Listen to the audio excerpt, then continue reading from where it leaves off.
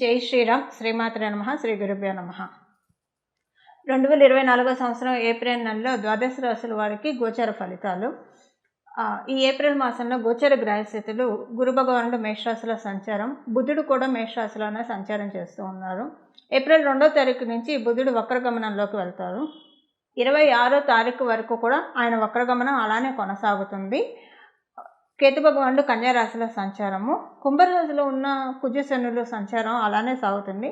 కుజుడు 23వ తారీఖు వరకు కూడా కుంభరాశిలో సంచారం చేసి 24 నుంచి కుంభరాశి నుంచి మీనరాశిలోకి ఆయన పాదం మోపుతున్నారు. శుక్ర భగవానుడు మీనరాశిలో సంచారం చేస్తూ ఉన్నారు. 25వ తారీఖు నుంచి ఆయన మీనరాశి నుంచి మేషరాశిలోకి ఆయన రాబోతున్నారు. సూర్యనారాయణమూర్తి మీనరాశిలో సంచారం జరుగుతూ ఉంది. ఆయన 14వ తారీఖు నుంచి మీనరాశిలోంచి ఆయన ఉచ్చస్థానమైన మేషరాశిలోకి ఆయన అడుగు పెట్టబోతూ ఉన్నారు. రాహు భగవానుడు మీనరాశిలో సంచారం చేస్తూ ఉన్నారు. ఈ గోచర గ్రహస్థితుల రీత్యా ఈ మాసము ఏప్రిల్ నెల మొత్తం కూడా ద్వాదశ రాశుల వాళ్ళకి ఎలా ఉండబోతుంది. అయితే ఈ మాసంలో ఒక స్పెషల్ గ్రహస్థితి ఏంటంటే, ఈ మాసం 14వ తారీఖు నుంచి రారాజు అయిన సూర్యనారాయణమూర్తి మేషరాశిలోకి 14వ తారీఖు నుంచి రాబోతూ ఉన్నారు. ఆయన మేషరాశిలో ఆయన సంచారం చాలా మంచిది.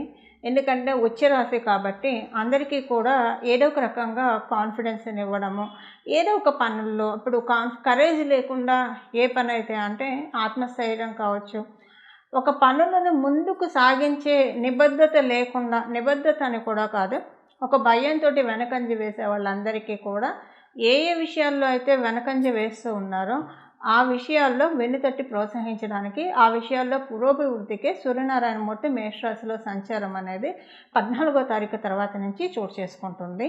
ఇక ఇంకొక రిలీఫ్ ఫ్యాక్టర్ ఏంటంటే, ఈ నెల 23వ తారీఖు వరకు కూడా కుంభంలో కుజ భగవానుడు సంచారం. కుజుడు శని కలయిక, వీళ్ళిద్దరి కలయిక కొంత సంఘర్షణలకు దారితీస్తుంది. మరి కొంత మీ జన్మజాతకం బాగా ఉంటే తప్పించి హర్టింగ్స్ ఎక్కువగా ఉంటాయి. అందరూ మనవాళ్ళే అనిపిస్తారు, అందరూ పరాయిగానే అనిపిస్తారు. ఏది ఎలానో అర్థం కాని ఒక కన్ఫ్యూజన్ స్టేటు. ఒక ప్రయత్నం మొదలుపెట్టినప్పుడు ఆ ప్రయత్నంలో ముందుకు సాగకపోవడము, కానీ బాగా ఫైటింగ్ తోటి ఆ ప్రయత్నాలు నెరవేరినవి కూడా ఉన్నాయి. అలాగే గృహ ప్రయత్నాలకి, రియల్ ఎస్టేట్లో ఉన్న వాళ్ళకి, వాహనాన్ని కొనాలనుకున్న వాళ్ళకి, భూమి లేదా ఆస్తి కొనాలనుకున్న వాళ్ళకి, అమ్మాలనుకునే వాళ్ళకి, లేదా కట్టే వాళ్ళకి, ప్రత్యేకించి కన్స్ట్రక్షన్ రంగంలో ఉన్న వాళ్ళకి, లేదా మీ ఓన్ హౌస్ కన్స్ట్రక్షన్ చేసే వాళ్ళకి, ఒక మాటలో చెప్పాలంటే గడిచిన 2 నెలలు కూడా చాలా అంటే చాలా టెస్టింగ్ పీరియడ్, చాలా ఉద్దాన పతనాలు ఈ 2 నెలల్లోనే మీరు చూశారు. అందరూ అంటే కన్స్ట్రక్షన్లో ఉన్న వాళ్ళందరూ, మీ ఓన్ హౌస్ కన్స్ట్రక్షన్ చేసేవాళ్ళు కావచ్చు, జనరల్గా కన్స్ట్రక్షన్ రంగంలో ఉన్న వాళ్ళందరూ కూడా, రియల్ ఎస్టేట్ వ్యాపారం చేసే వాళ్ళందరూ కూడా ఇవన్నీ చూశారు. మీరు ప్రాపర్టీ కాదు, ఒక వెహికల్ కొనాలనుకున్నా కూడా కొన్న తర్వాత ఒకవేళ మీ గ్రహబలం బాగా ఉండి కొన్నారే అనుకోండి, కొన్న తర్వాత అరే ఇప్పుడు ఈ వెహికల్ ఎందుకు తీసుకున్నాయి, తీసిన దగ్గర నుంచి ఏదో ఒక గొడవలే వస్తున్నాయి, ఏం మనశ్శాంతిగా లేదు అని అనుకోవడం, ఇలాంటివన్నీ కూడా. ఒకవేళ కొనాలనుకుంటే కొనలేకపోవడం, కొనాలనుకొని కొనలేకపోతే నిజంగా మీ అంత అదృష్టవంతులు ఎవరు లేరు. ఎందుకంటే ఈ 2 నెలల్లో చాలా ప్రాబ్లమ్స్ ఫేస్ చేస్తుండేవాళ్ళు.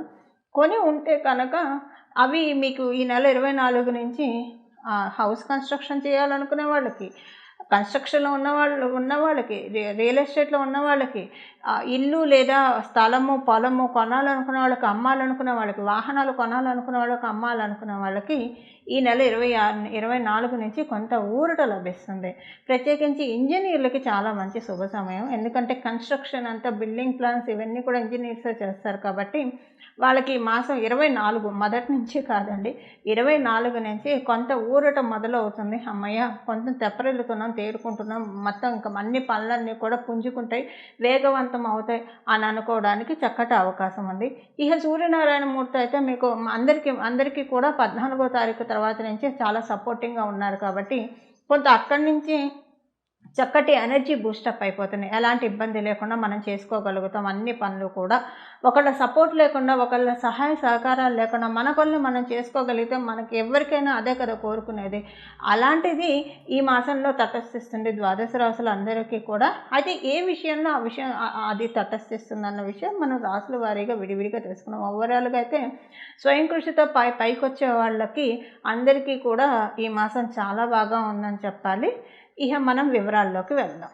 వృశ్చిక రాశిలో పుట్టిన వాళ్ళకి ఈ మాసంలో కొంత మీకు ఇంట్లో సంఘర్షణ, ఇంట్లో మిమ్మల్ని అర్థం చేసుకోలేకపోవడం, లేదా ఇంట్లో మీరు ఏదైనా ప్రాపర్టీ విషయాల్లో ఏదైనా నలిగిపోతున్నా, కోర్టులో ఏమన్నా కేసులతో కావచ్చు, ఏమన్నా గొడవలు, కోర్టు దాకా వెళ్ళిన గొడవలు లేదా కోర్టు వరకు వెళ్ళిన గొడవలతోటి నలిగిపోతూ ఉంటే ఈ మాసం 20వ తారీఖు నుంచి వాటి నుంచి బయటకు వచ్చేస్తారు. కొంత మీకు ఊరట కలుగుతుందో అలాంటి వాటి నుంచి ప్రశాంతంగా ఉంటారు.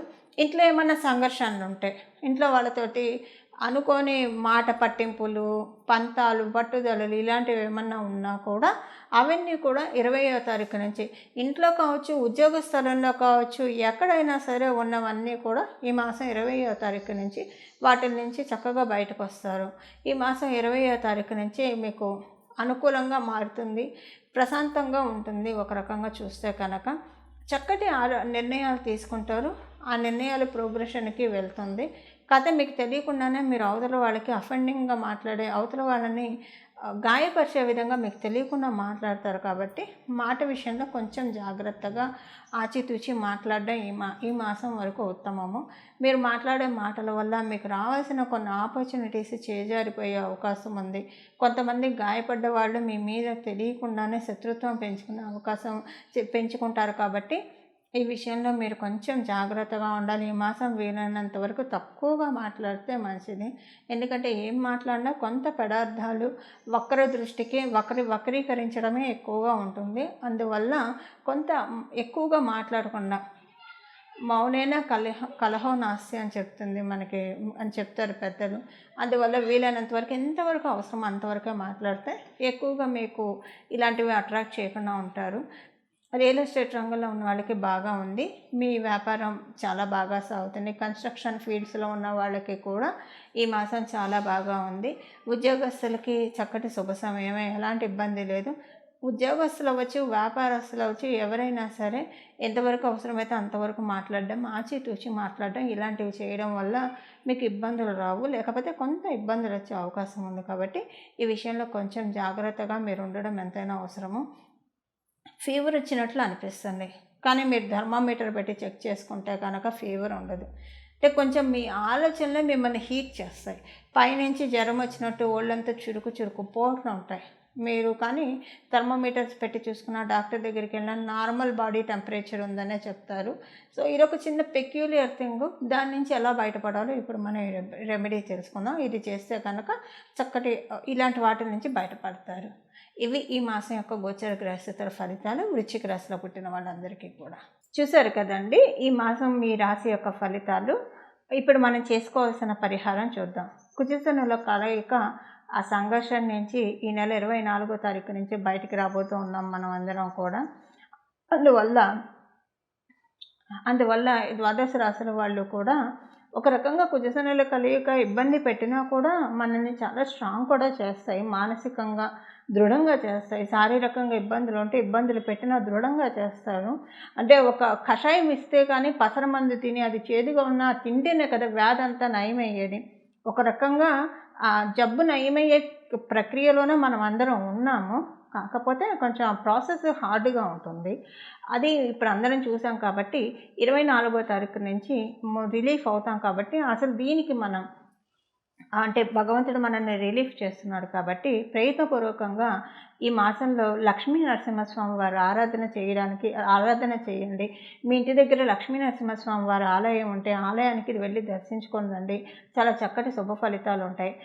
నమో భగవతే లక్ష్మీ నారసింహాయ, నమో భగవతే లక్ష్మీ నారసింహాయ, నమో భగవతే లక్ష్మీ నారసింహాయ.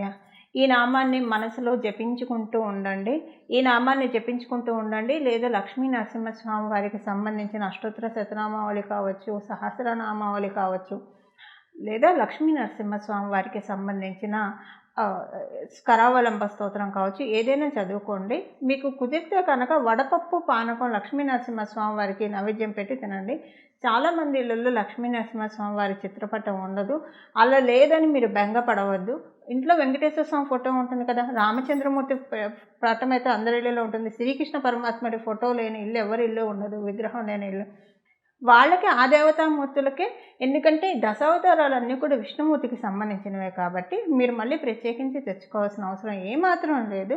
వాళ్ళల్లోనే లక్ష్మీ నరసింహస్వామిని వాళ్ళ అంశ కాబట్టి లక్ష్మీ నరసింహస్వామిని భావిస్తూ వాళ్ళకి ఇంకా పరిపూర్తి అంశ భగవానుడు శ్రీకృష్ణ పరమాత్ముడు కాబట్టి రోజు శ్రీకృష్ణ పరమాత్ముడు కానీ రామచంద్రమూర్తికి, వెంకటేశ్వర స్వామికి ఎవరికైనా పర్వాలేదండి. పానకము, వడపప్పు నైవేద్యం పెట్టి అది మీరు ప్రసాదంగా స్వీకరించడానికి ప్రయత్నించండి. చాలా చక్కటి శుభ ఫలితాలు ద్వాదశ రాశుల వాళ్ళందరికీ కూడా అందుతాయి. మంగళం. నమో భగవతే వాసుదేవాయ.